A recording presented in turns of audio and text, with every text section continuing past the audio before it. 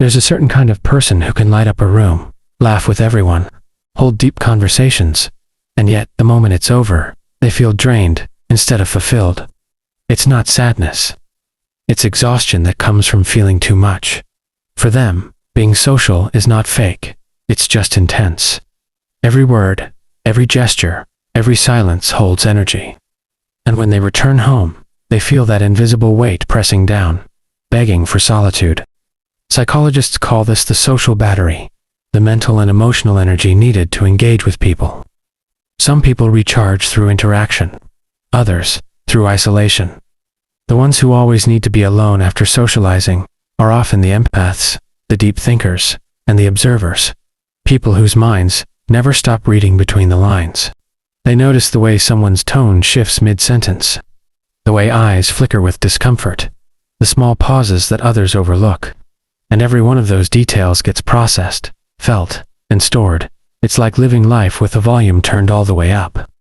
The brain doesn't just see people, it absorbs them. That absorption takes energy. Each smile, each emotional exchange, even the good ones, draw from an inner well that needs time to refill. After a while, their body begins to signal withdrawal. The noise becomes heavy. The laughter starts to echo in their mind long after it's gone. And they crave silence like oxygen. This doesn't mean they dislike people. In fact, they often love deeply and connect sincerely. But socializing feels like running a marathon, meaningful, but exhausting. According to personality research, these individuals lean toward the introvert end of the spectrum. But it's more nuanced than that. They're what psychologists call ambiverts, with introspective depth. They can be social when needed, but their core energy comes from within. Their peace is internal, not external. The moment the crowd disappears, they feel the quiet relief of returning to themselves. No roles, no expectations, no social mirrors, just presence. Many of them grew up learning to read people carefully, maybe in unstable environments, or surrounded by unpredictable emotions. So now, their brain automatically scans every interaction for subtle cues.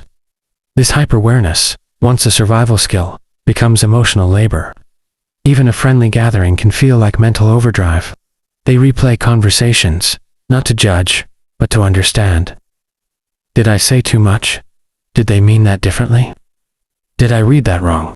The mind doesn't stop after goodbye. It's this overanalysis, not the interaction itself, that drains them. Their empathy keeps them engaged. Their introspection keeps them awake at night. People often mistake this withdrawal as coldness or arrogance. But for them, solitude isn't rejection, it's recovery. Alone time allows them to process all the energy they absorbed, to sort what's theirs from what isn't, to breathe again in emotional stillness. There's a psychological concept called emotional saturation, when your mind has processed so many stimuli that it can no longer filter effectively. That's what they feel after socializing too long. Their brain, wired for depth, struggles with superficiality. Small talk feels like static. Deep conversations feel like gravity. Either way, it consumes energy. They need silence not because they're antisocial, but because they're emotionally full. For them, solitude is medicine. It's how they digest the noise of the world. They don't just live through experiences, they absorb them. Every emotion, every atmosphere, every energy lingers. When they're finally alone, it's like their inner self can exhale. The tension in their body softens. Their thoughts slow down. This isn't escapism. It's emotional regulation, the psychological act of restoring internal balance. In solitude, they reconnect with their authentic self, the version that doesn't need to perform, explain, or analyze. That's why they love quiet rituals, reading, music, late-night walks, journaling. These moments aren't hobbies, they're self-preservation. There's a deep wisdom in solitude. It teaches them that silence is not emptiness, it's clarity. When they withdraw, they aren't running away. They're simply tuning back into their own frequency after being overwhelmed by everyone else's. But in a society that glorifies extroversion, this trait is misunderstood. People say you're too quiet, or you should be more social. They don't realize, quietness is not a lack of connection, it's a different kind of intelligence. The need to be alone is the brain's way of resetting, like a system reboot after emotional overload. Without this reset, they risk emotional burnout. The mind becomes cluttered, the body tense, and the heart numb.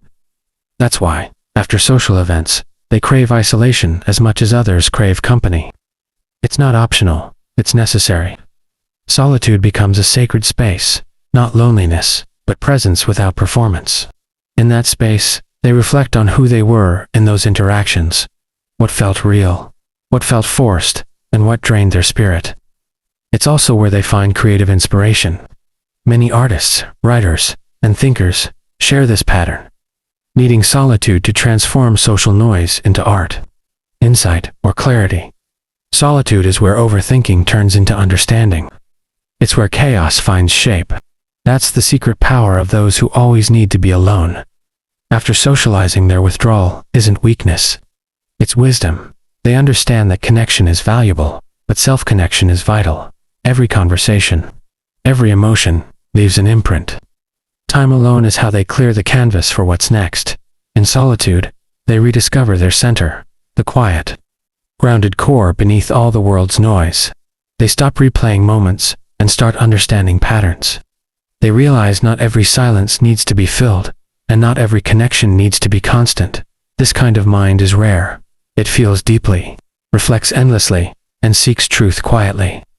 They are the thinkers, the feelers, the internal architects of meaning in a world that rarely slows down. And though they often feel misunderstood, they are the ones who remind us that solitude is not isolation. It's alignment after being around people. They retreat, not out of dislike, but out of devotion, to return to themselves fully before the next storm of emotions begins. It's in these quiet hours that they heal, recharge, and make sense of the world. They learn that social energy is borrowed, but solitude is earned. And so, after every interaction, they disappear into their own world. Not to escape life, but to understand it more deeply, because for people like them, being alone isn't loneliness. It's coming home.